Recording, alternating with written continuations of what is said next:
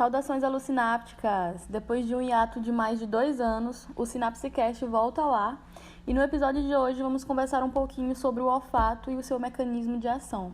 Eu sou Laura Gomes e depois da vinheta tem Sinapsecast pra vocês!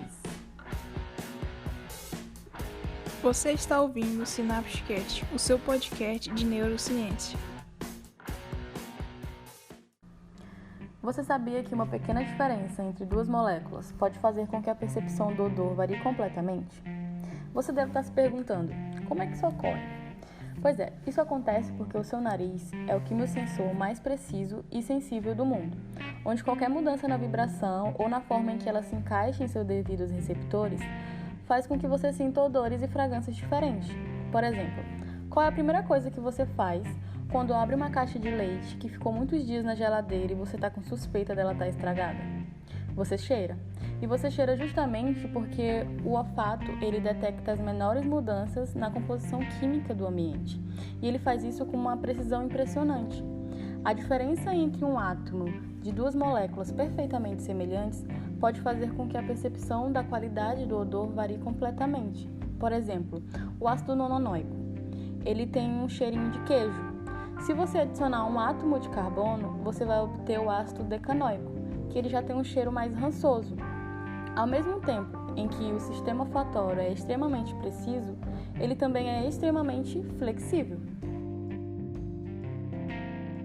Podemos exemplificar isso lembrando o quanto os cheiros não têm só qualidades discriminatórias, mas também afetivas. Ou seja, a diferença entre o cheiro do ácido nonanoico e do cheiro do ácido decanoico não é só o tipo do cheiro, mas também o fato de que o ácido decanoico ele cheira mal. Se você cheira o queijo que detecta o ácido decanoico, você começa a suspeitar que aquele queijo está passado, que ele já está vencido. E existem cheiros, por outro lado, que eles são agradáveis ou desagradáveis. Não por conta da molécula que o compõe, mas devido às associações que a gente faz durante a vida. O quão familiar esses cheiros são ou se representa um cheiro que nos lembra de momentos agradáveis da vida. Para entendermos melhor sobre essa temática, é importante sabermos coisas básicas, como a anatomia e a fisiologia do sistema olfatório. Todo mundo sabe que o nariz é o órgão receptor da olfação e que o ar inspirado para dentro da cavidade nasal ele é conduzido à traqueia por canais existentes nas paredes internas do nariz. E é importante a gente falar a respeito das paredes do nariz, porque elas são cobertas por uma mucosa que recobre os neurônios quimiorreceptores da olfação. Mas essa mucosa ela não possui somente os neurônios, ela também é composta por células suporte, que são as células basais. E em meio a esses elementos existem glândulas produtoras de muco. Talvez você conheça esse muco como o personagem mais nojento desse teatro odorífico, que é o catarro. E é esse muco que protege as vias aéreas das bactérias e partículas que estão suspensas no ar. O muco ele possui uma grande importância funcional para a olfação, porque é nele que se dissolvem moléculas odorantes antes de entrar em contato com a membrana dos neurônios receptores. Recentemente, descobriu-se que o muco ele contém proteínas especializadas, onde a função é capturar as moléculas odorantes que são lipossolúveis, onde isso facilita o contato com a membrana dos quimiorreceptores. E os quimiorreceptores olfativos, eles são neurônios bipolares, ou seja, eles são prolongamentos que saem do corpo dos neurônios indo em duas direções. Os dendritos desses neurônios, eles apontam em direção à cavidade nasal, terminando em uma espécie de bulbo com alguns cílios muito finos. Você já deve imaginar como é que os dendritos e esses cílios que saem deles ficam apontados para a cavidade nasal, né? Eles representam a porção desses neurônios que recebe os odores. Esses cílios que ficam imersos no muco nasal, eles formam uma rede bem densa que fica enovelada na superfície da mucosa. E é justamente na membrana dos cílios que se encontram concentrados os receptores olfatórios. Nesse momento, provavelmente você deve estar se perguntando como que o cheiro é processado. Então, tudo se inicia quando inspiramos o ar pelo nariz. Nesse momento, milhares de substâncias químicas presentes no ar entram na cavidade nasal. No teto da cavidade nasal está o epitélio olfatório, que é responsável, que é especializado no reconhecimento de substâncias, transformando os sinais químicos em sinais elétricos, que são o idioma que os neurônios usam para conversar uns com os outros. Existe uma grande variedade de receptores olfatórios diferentes. Estima-se que, em nossa espécie, cerca de 400 genes diferentes codificam receptores olfatórios. Cada tipo de receptor é ativado por um conjunto de substâncias químicas apresentadas. A bioquímica Bettina Malnick, do Instituto de Química da Universidade de São Paulo, acredita que essa variedade seria responsável pela imensa capacidade em que temos de detectar os cheiros. Além disso, a maioria dos odores ativa mais de um tipo de receptor olfatório.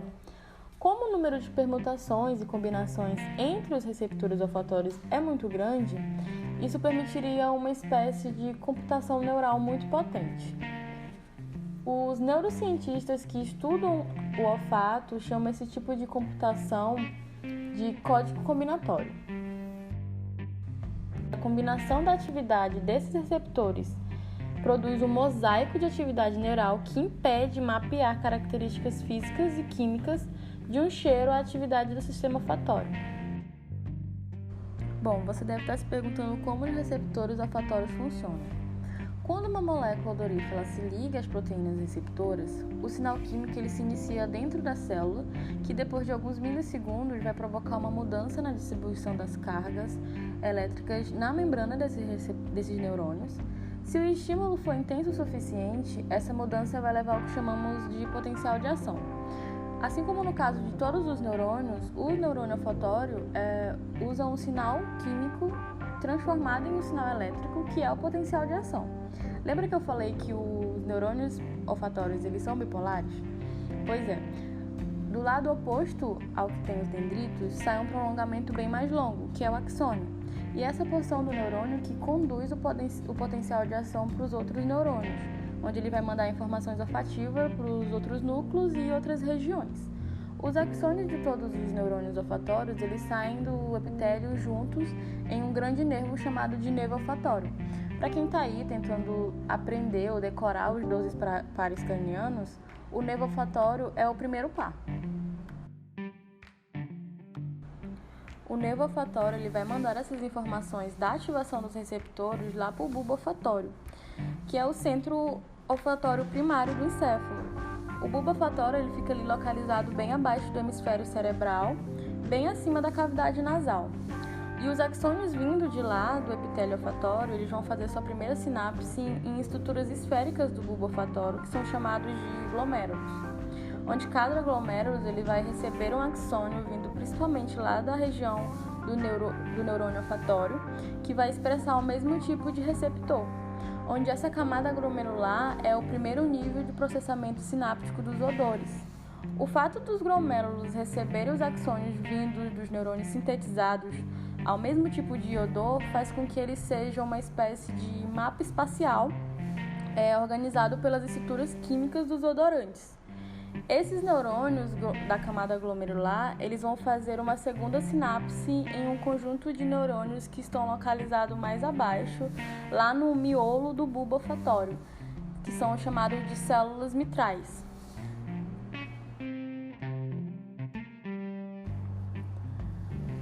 Os axônios das células mitrais, eles projetam-se para o córtex olfatório, que fica ali localizado bem no fundo do cérebro. Para quem entende um pouquinho de neuroanatomia, o córtex olfatório, ou piriforme, ele fica entre a ínsula e o lobo temporal em uma posição anterolateral aos núcleos amidalares. As células mitrais, elas também mandam os axônios para as outras áreas, como os tubérculos olfatórios, os núcleos amidalares e o córtex entorrinal. Se o córtex piriforme é a primeira região do cérebro que recebe as informações olfativas, as amígdalas e os córtex entorrinal eles são comumente descritos como regiões ou áreas que levam as informações olfativas que estão relacionadas com a emoção. Por exemplo, se sentimos o cheiro de algum perfume, podemos lembrar de alguém muito especial. Tem uma entrevista feita pela revista Caras Digital com o João Guilherme, onde ele fala que ele lembra especificamente do cheiro dos perfumes das suas ex-namoradas, onde ele fala que o cheiro ele fica grudado no cérebro dele. E tem uma entrevista que ele fez no podcast Pod Delas, que ele revela que o perfume das suas ex-namoradas, Larissa Manoela e Jade Picon, ficou muito marcado na sua memória e que, inclusive, ele fala que lembra muito bem dos cheiros e que ele adorava. Então, assim, dá pra você perceber que esses cheiros, eles podem ser bem potentes e é o que a gente vai discutir daqui pra frente, né? Que quando alguns pesquisadores, eles afirmam que essas características dos odores, né, o fato de não se limitarem a uma molécula específica, mas eles fazem parte de todo o contexto, ele desafia a noção de que podemos entender o olfato como, não somente como olhando a variedade dos receptores ou mapas espaciais de processamentos. A amígdala, quando ela recebe as informações olfativas junto com o córtex piriforme, ela leva essas informações para o hipotálamo, que é o responsável pelo comportamento. E isso vai explicar o porquê que a gente se afasta quando sentimos cheiros muito desagradáveis e o porquê que a gente se aproxima quando sentimos cheiros agradáveis. E é importante a gente ressaltar que o hipocampo também está relacionado com o sistema olfatório por meio das projeções indiretas, né, passando pela amígdala e o córtex entorrinal, ou então vindo direto do córtex piriforme. E o hipocampo, você sabe que é uma estrutura muito importante para a formação das memórias. E se presume que essa conexão entre o hipocampo e o sistema olfatório, ela seja extremamente importante para que o cheiro fique guardado para sempre lá no cérebro do ator João Guilherme. O modelo mais tradicional para falar sobre o olfato é que as moléculas odorantes elas formam um objeto olfativo. As propriedades que formam esse objeto ainda são um objeto de disputa. E a filósofa Clarbera, ela enumera 4 tipos de teorias sobre esses objetos olfativos. A primeira teoria é que os cheiros eles representam os objetos ordinários, como rosas, vinho, queijo. A segunda teoria é que os cheiros representam nuvens de moléculas de odores. A terceira, ela vai falar que os cheiros representam características químicas das moléculas. E na quarta teoria, ela fala que os cheiros, eles são experiências puramente subjetivas que não apresentam relações com o objetivo particular do mundo. A filósofa Anne Sophie Bauert, ela argumenta que é difícil sustentar que os cheiros eles representam nuvens moleculares ou características químicas da molécula, porque não existem regras científicas que estabeleçam essas relações de forma clara entre as estruturas químicas e o odor. E essas características casuais dos odorantes, eles são dependentes do comportamento dos receptores e não vice-versa. E ela argumenta também que o modo tradicional que afirma que os cheiros eles são causados por essas propriedades das moléculas, elas confundem a causa da percepção com o conteúdo da percepção. Ou seja, não é porque o cheiro rançoso do queijo estragado é causado pelo ácido decanoico que o conteúdo subjetivo desse cheiro seja determinado por essa molécula. Então, é possível a gente entender melhor sobre essa questão se a gente entender a relação que o sistema olfatório apresenta com outras áreas do sistema nervoso, como a amígdala, o córtex entorrinal e o hipocampo. Essas áreas, elas colocam o cheiro em seu contexto que é extremamente importante, como os psicólogos Jason Castro e William Shaley, eles afirmam que a representação dos estímulos não é o principal negócio do olfato, que é o contrário disso. O seu trabalho ele é resolver o problema da valorização, codificação e rapidamente a saliência biológica que um estímulo é preparado na nossa representação multissensorial para alcançar um contextuamento mais apropriado. Ou seja, o mais importante do que codificar e representar exatamente qual molécula ou qual propriedade química está em um cheiro, o olfato é importante para facilitar com que alcancemos objetivos como organismos, principalmente com relação aos 4 Fs, né, da vida, os 4 Fs da adaptação biológica, que é fugir, lutar, comer e cortejar. Espero que vocês entendam a relação de onde vem esses 4 Fs. Uma característica importante dos cheiros é que, diferentemente da visão ou da audição, o sentido do olfato ele é principalmente sintético. Isso quer dizer que percebemos os cheiros de uma forma total e não como partes. E se a gente considerar, por exemplo, o cheiro do café, esse cheiro, esse odor, ele é resultado da interação entre centenas de milhares de compostos diferentes. E nenhum deles tem cheiro de café quando ele está de forma isolada. Os componentes indólicos desse café, quando eles estão isolados, eles têm um cheiro de fezes. E quando eles estão nessa mistura complexa que dá ao café o seu cheiro, eles adquirem uma nota completamente diferente. Então, comparativamente, quando a gente olha uma pintura expressionista, somos capazes de identificar dezenas de padrões de cores diferentes. E essas características sintéticas do olfato, ela também está relacionada com o fato de que todo cheiro ele tem um contexto. E mesmo o estímulo olfatório em contextos diferentes, ele muda o significado perceptual. O ácido butúrico, por exemplo, ele pode ter cheiro tanto de queijo parmesão quanto de vômito. Isso vai acontecer porque o ácido volátil ele é um componente tanto do parmesão quanto do gofo. E a filósofa Anne-Sophie Bauer, ela argumenta que, como o epitélio olfatório ele usa um código combinatório, todos os sinais que vêm do nariz eles são ambíguos e indeterminados com relação à identidade de seus objetos de origem. Então, quando você sente o cheiro desse ácido, você se questiona, né? Se é cheiro de queijo parmesão ou se tem alguém passando mal. Por isso que o olfato ele é sempre moldado por outros processos sensoriais e cognitivos. Um exemplo claro é a relação entre o cheiro e o sabor, que a gente vai discutir melhor no próximo episódio. E além dessa interação entre a modalidade sensorial, outros processos cognitivos eles estão também moldando esse olfato, que são descritores verbais, atenção seletiva e entre outros fatores, como por exemplo o humor. Então, o que parece guiar a percepção do cheiro não é a formação de uma espécie de objeto sensorial estável e discreto, ou uma representação neural de cada tipo de cheiro possível, mas o uso que a gente dá às informações olfativas e o seu contexto.